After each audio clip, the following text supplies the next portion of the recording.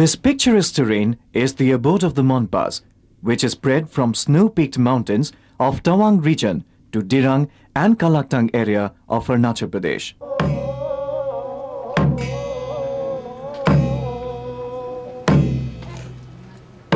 The state of Arunachal Pradesh is situated on the northeast extremity of the Indian subcontinent, where India shares its border with Myanmar, Bhutan, China and Tibet.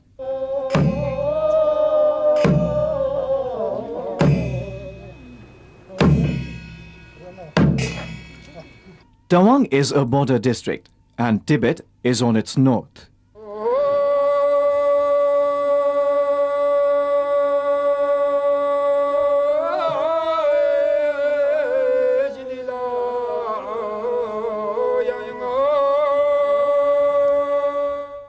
Tawang is a very beautiful place.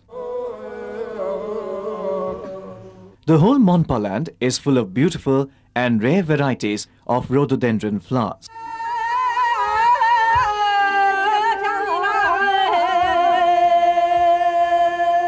The altitude of Tawang is 3,410 meters. Dirang and Kalaktang have an altitude of 1,497 meters and 1,153 meters respectively. A 5,020 meter high mountain peak, Sela, separates Tawang area from the other two Monpa areas, Dirang and Kalaktang.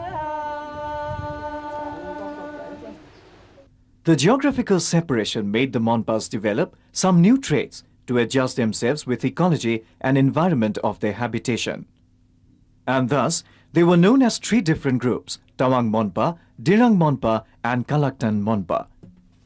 Though some linguistic variations are present among the three groups, but culturally the groups possess many common characteristics and they are united by Buddhism of Tibetan kind.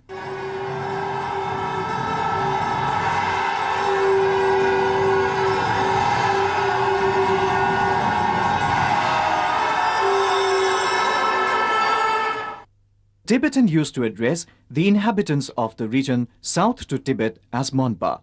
In Tibetan dialect, Mon and Pa signify the man of the lower country and means those people living in the lower region of mountain. The Monpa is a major Buddhist tribe of Arunachal Pradesh with a population of about 50,000. The Monpa, with its distinct physical and cultural characteristics, preserving a unique facet of tribal legacy of our human society.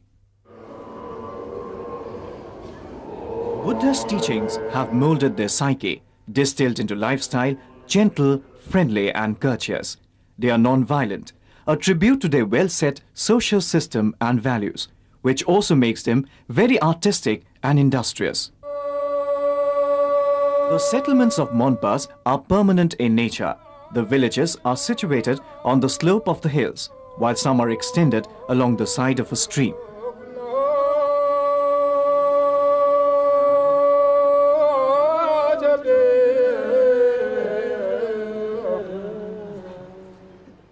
With variations of altitudes of villages, the nature of cultivation and crop varies.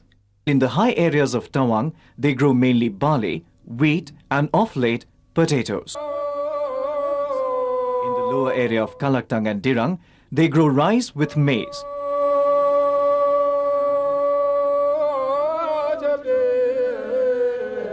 Most of the arable land is under permanent tillage, though they also practice jhum. But at present, most of the jhum fields are converted into fruit gardens in Dirang area.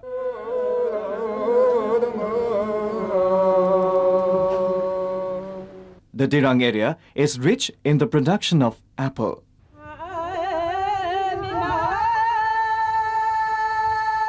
The villages are big and prosperous. The household in a village varies from 30 to 200 and so.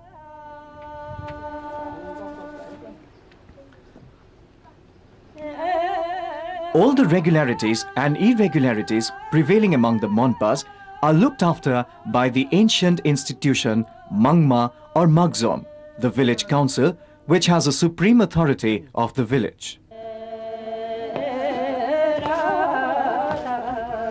The significant feature of a Monpa village are presence of fun, prayer flag in the entrance and on the top of a house.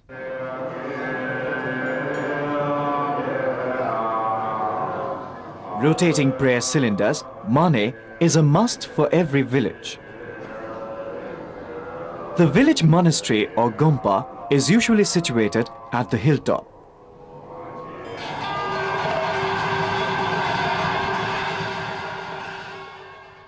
The Monpa houses are almost same in the three areas. They build mainly double-storied houses with timber and stones. Generally, the houses are elongated and has 2 to 4 rooms in the upper floor. The hearth, modrang, is generally situated in the middle of the house. The household activities are centered around the hearth. Among the Monpas, nuclear family constitutes of married couples and their unmarried children.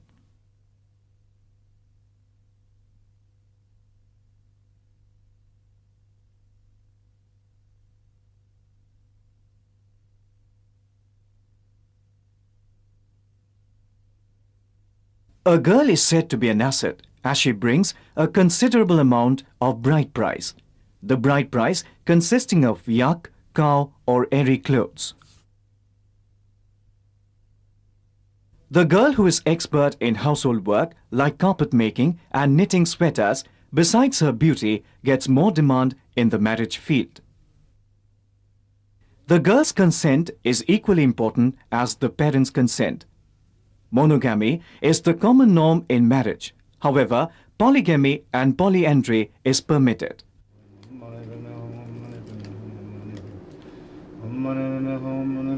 Each household of the Monpas keep a special place in the house for performing daily worship to Lord Buddha. The family chapel, Chosam, is situated at the rear end of the house. They are religious. All the three groups of Monpas are united by the bond of Buddhist religion since the establishment of Tawang Monastery in the 17th century. In the later part of the 17th century, the 5th Dalai Lama of Tibet issued a mandate to the villagers of Tawang region to help Mera Lama to build a monastery there. The construction of the monastery was completed with the help of the Monpas of Tawang, and it now stands on the spur of a hill about 10,000 feet above sea level. The Tawang Monastery is the fountainhead of the spiritual life of the Gelugpa followers, a special sect of the Tibetan Buddhism, and is the pivot of Monpa life and ethos. The Tawang Monastery has treasured Monpa art in the form of handicraft items, textiles, furnitures, murals, carpets and sculptures. The giant prayer wheel near the entrance of the monastery is run by water, which reflects the religious and industrious nature of the Monpas. This hut-like structure is called Kakaling, main entrance to the temple complex. The ceiling of the Kakaling is richly decorated with various colors and designs.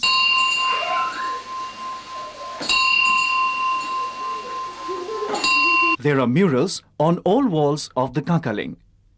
Among the murals of the southern wall, the 9th are from the southwestern corner, is of some local significance.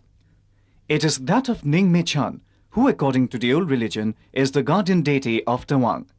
In the pre-Buddhist days, Monpas believed in many deities or spirits, which are not totally abundant in the present time. Ningme Chan has been incorporated in the local Buddhist pantheon and is worshipped in the Buddhist style without animal sacrifice. The old religion of the Monpa is called Bon, and the priest is known as Bonpa. He practices the art of the traditional faith and belief to get benevolent effect. Their spirit and deities are worshipped by mantras even today. Rows of prayer wheels are set in niches all along the outer walls of the eastern and northern side of the monastery. The entrance of the temple by the prayer hall is by a wide vestibule, the walls of which are decorated with colorful murals. They are the four guardian deities of Tawang.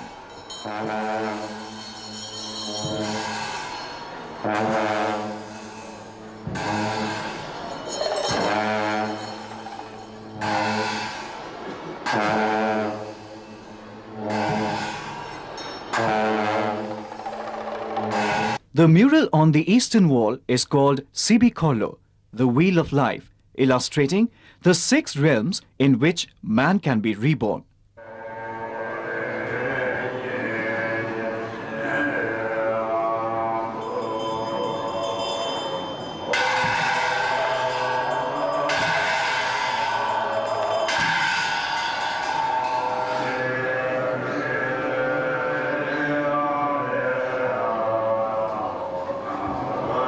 In Monpas society, death has special significance. Though the common method of disposal of body is cremation or burial, but they also cut the body into 108 pieces and throw it to the river to feed the aquatic creatures for physical emancipation of the dead from material body to ensure good rebirth. There's a belief that if a Thangka painting is offered at Gompa in the name of the deceased person, the departed soul will rest in peace until it takes rebirth. Moreover, the image of Thangka helps to concentrate the mind on a particular deity.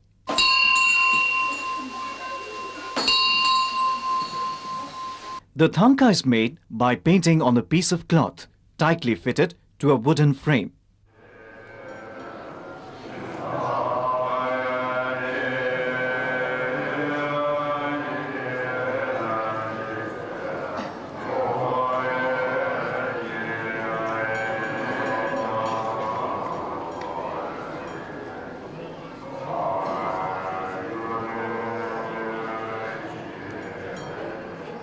A number of colors are needed for painting a Thangka.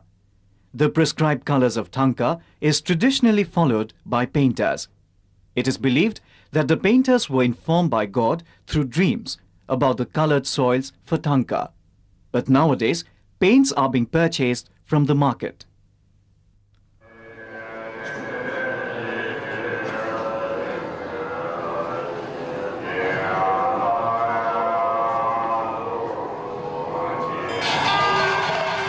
The Monpas society is very much rich in traditional songs and dances.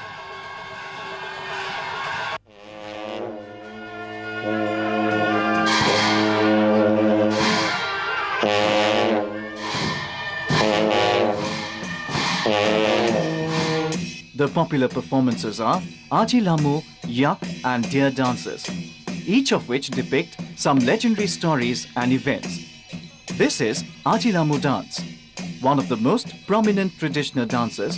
This dance drama is performed during the Losar festival. There are 5 characters of mythological origin in this dance.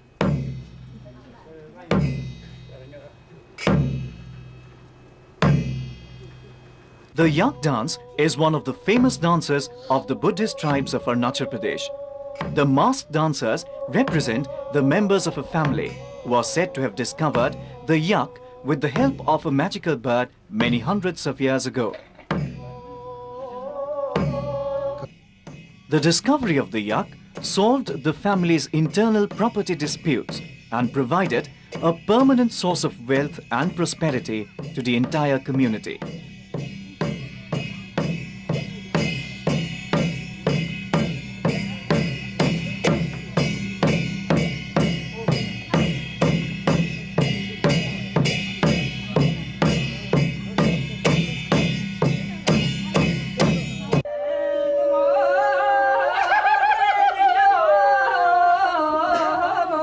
This is another form of the Aji Lamu dance, practiced by the villagers of the Kalaktang area.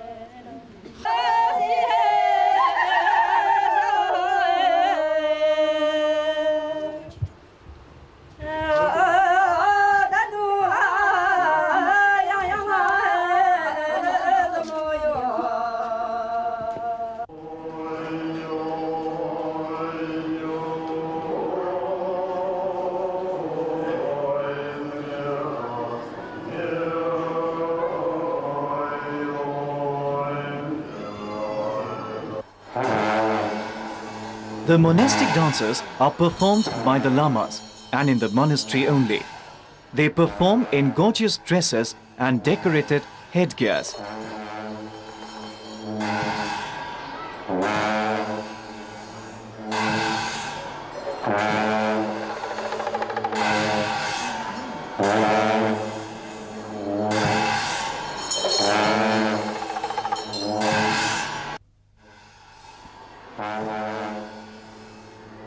The religious dances are performed during the festivals, mainly during the Torgir festival, celebrated in the Tawang monastery. They are rich in the treasure of colorful mask dance. There are a number of masks to be used in the dances.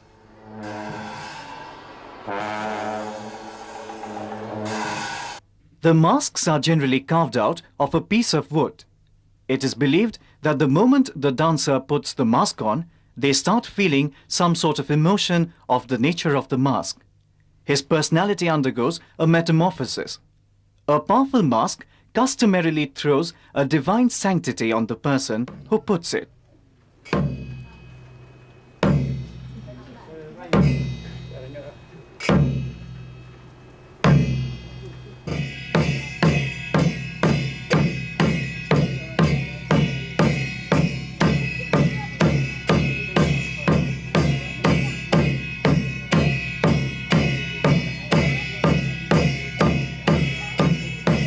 The Monpas are good artists and designers.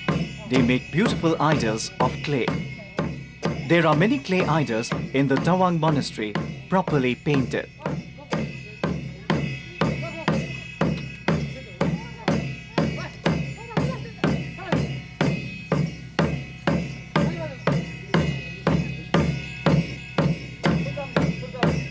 A colossal, richly gilded Buddha occupies the middle of the northern side of the assembly hall, Tukhang. It is seated on a platform, and its body rising up terminates in a huge head above the first floor. It is the largest image of the monastery and about 26 feet high. The library, Parkhang, is housed in a big hall which covers the entire first floor of this building.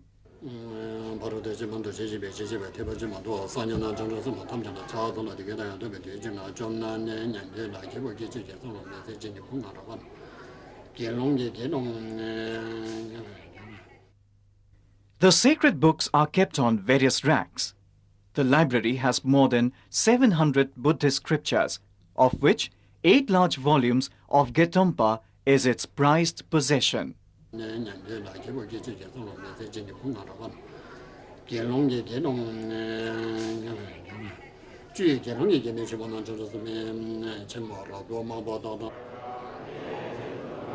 Lamasari at the Tawang monastery has the capacity for housing 500 lamas.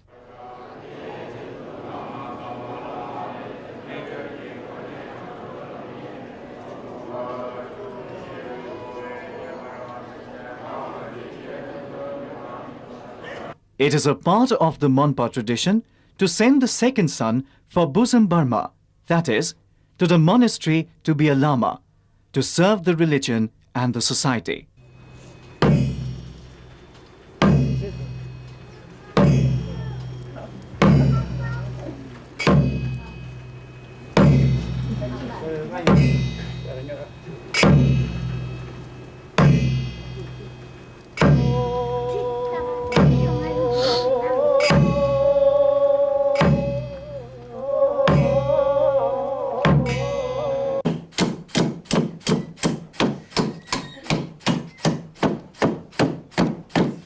The Monpa women are experts in their looms, especially in carpet making.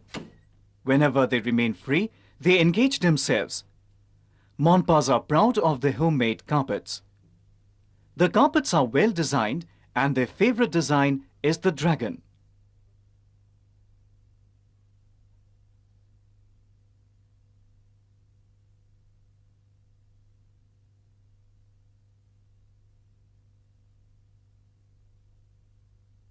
A carpet may be designed with the figure of an imaginary bird or a bird facing a dragon.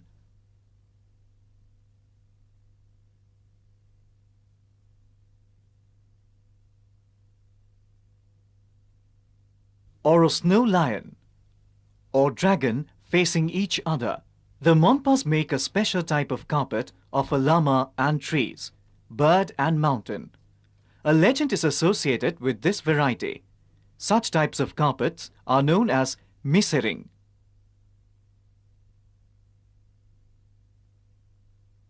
There is a rare type of carpet which is designed to use on horseback. This carpet has two wings and it looks like a butterfly. It is called Geiger Maktan.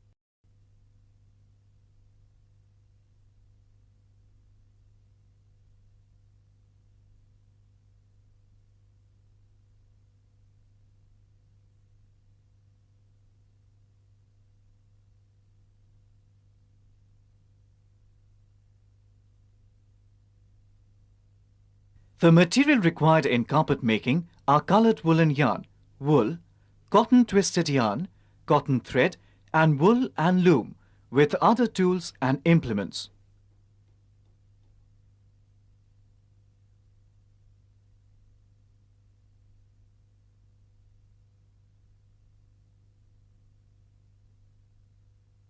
Wool is prepared locally out of the hair of goats. The hair, bonag, are cut off by a sharp knife, washed and then spinned, if necessary, applied indigenous or synthetic dyes.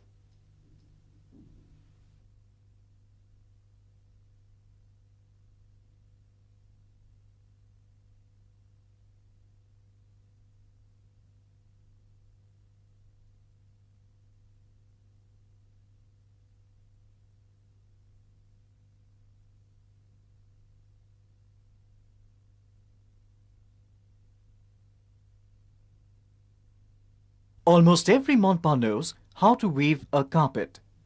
Arunachal Pradesh government is encouraging people by setting up craft centers for manufacturing handicraft items.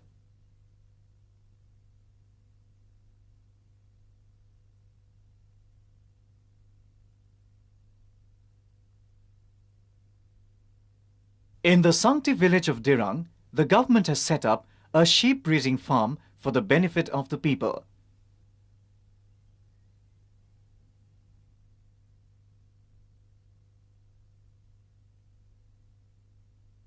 The central government has also established a national research on yak in Dirang, whereby they have invented a new process of extracting wool out of yak hair for weaving carpets. Commercial enterprises to sell and produce their handicraft products, especially carpets, is playing a significant role in strengthening their economy. Traditionally, the economy of the people, by and large, is regulated by agriculture. The traditional economic pattern has gradually been moving towards a new arena of development.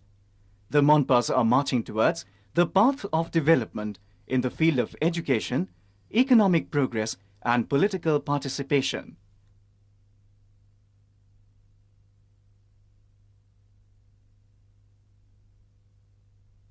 Education has spread over the whole Monpa area rapidly. The Monpas realize the significance of education and send their children to school.